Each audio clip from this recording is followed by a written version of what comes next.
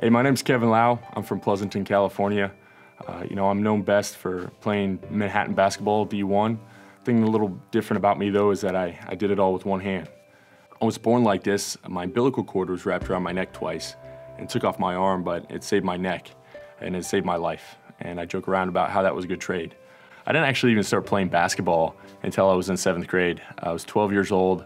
I was 6'4" giant, and I tried out for the team, and the coach cut me. And he said, basketball's a two-handed sport and to try something else.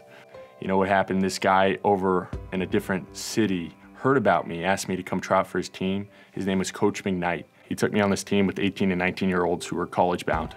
And I just spent the next year of that season getting dunked on by them because they were so much better than me. I was that 12-year-old who couldn't even make his 7th grade team.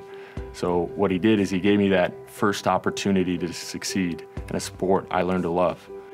But what really this Coach McKnight did in my life is he looked at me and he looked at my arm and he said, "Why don't you use that?" And I was like, "What are you talking about?" And he's like, "Your nub. Why don't you use that?" What this coach did is he changed my perspective. He changed my outlook on myself and turned me around not only into a great basketball player, but a better person. Going to high school was a terrible experience for me at first.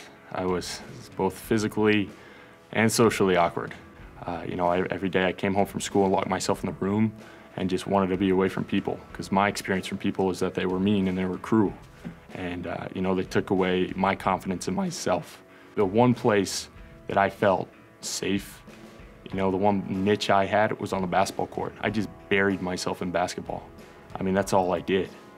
Because on the court I mattered and I was somebody. People depended on me to succeed. And everywhere else I was just, an insecure guy who got made fun of. My senior year, I started to really dominate in basketball, and I started to get different scholarship offers, Pepperdine, San Francisco. I finally was starting to excel in a sport that at the beginning I was a laughingstock at. I'm playing in this game, I landed on my leg wrong and broke it. All those scholarship offers, they disappeared. I was that kid again who just wanted to lock myself away in my room and disappear. So I got to a point in life, I broke my leg. I wanted to quit, basketball. I wanted to quit everything. I had no idea what I was doing with myself. And, again, that great mentor in my life, Coach McKnight stepped in and he said, "Kevin, if you quit now, I'm gonna kick your butt. You've come way too far and you've affected so many lives and you've become such a great kid." And, I didn't feel it at the time, but it was what I needed to hear in life, to push forward. I ended up going to Fort Union Military Academy in Virginia for a year. It was a decision to go and still chase that dream, still hold on to it.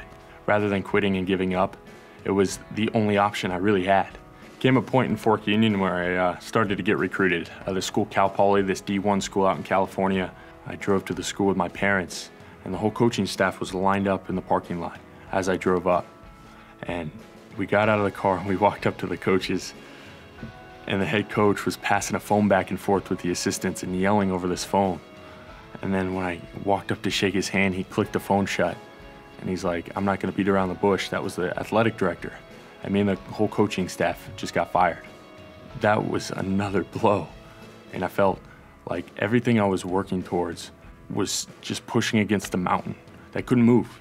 That maybe people were right. Maybe people knew that it couldn't be possible and that I couldn't do it. And I started questioning myself. I started questioning what I was doing. But I was reminded by people, thousands of people, who came up to me with children or different disabilities and told me that I was their pillar. I was their inspiration. I was their person that kept them moving. I was the person that made them believe when others told them they couldn't. I can't even tell you how many people in this world told me that I couldn't do it. I couldn't succeed, I couldn't play ball. But I went on and I didn't quit. And I got a scholarship, a full ride to D1 school out in Manhattan, and became the first basketball player to play with one hand at that level. Today if you gave me two arms, I wouldn't even take it. It became something, a part of me, who I am. We all have those insecurities that hold us back from what we ultimately want to do, our goals and dreams. I was just a basketball player. I'm no different than you, except I'm 6'11" and have one arm. So let me ask you, what's holding you back from achieving your dreams?